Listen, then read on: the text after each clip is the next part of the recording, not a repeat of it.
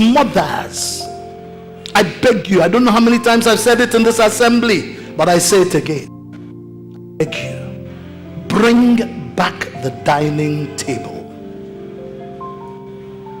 Bring back the dining table. There's no bigger university than the dining table. It might be only once a week that a family can sit around the dining table. Sunday dinner, Sunday lunch. It might be. Bring back the dining table. I've said it, I've begged on it, I've said it, I say it again. That is an informal university. Most children today don't know who Papa is. Most children today don't know who Mama is. Most children today don't know their parents. Why? Because that informal place of transfer of wisdom, knowledge, and values no longer exists. They divide food, they eat without. Listen, let me give you just a brief example. Look at what you gain from the dining table. Number one, you learn to respect authority. There are structures set in place to sustain authority. Who sits at the head of the table? Daddy. That chair, positional authority. Because daddy is seated there, you look up to him. No questions about it. There's no dining table in any sensible family where daddy sits in the middle of the table. No, he sits at the head.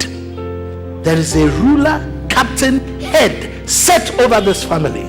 You set structure with dining table already. Every day you gather, that structure is seen, not just heard. Informally, as you eat, conversation. How was your day? Your children begin to talk to you. You get to know your children. Most parents don't know their children, don't spend any quality time with their children because there's no venue for interaction. That's the dining table. That's where you can ask, what of that your friend I used to see? And you find out who the friend is as the child talks. And you quietly ask some questions that make him think about his friendship with this person. You're teaching. It's at the dining table, mama, that your children will casually ask you, how did you and daddy meet? And that's your opportunity to teach them about marriage with integrity and in the fear of God. It might be to tell them we were in the world, we didn't get it right. Don't do it like we did it. Or it might be to tell them this is how Christian courtship is carried out. Dining table. It is there that you teach etiquette. It is there you teach consideration. Last piece of meat is finishing. Watch who will take it. That is where you teach the child as he's about to take it. As he has taken it, you say, son, why did you take that last piece of meat? And then you ask him, do you think you're the most hungry person on this table? Do you think that by age you're the one that merits it? Wouldn't it have been better to ask, is there anybody that wants this? And if nobody wants it, then you can take it. You have taught a valuable lesson for life. Prefer others to yourself.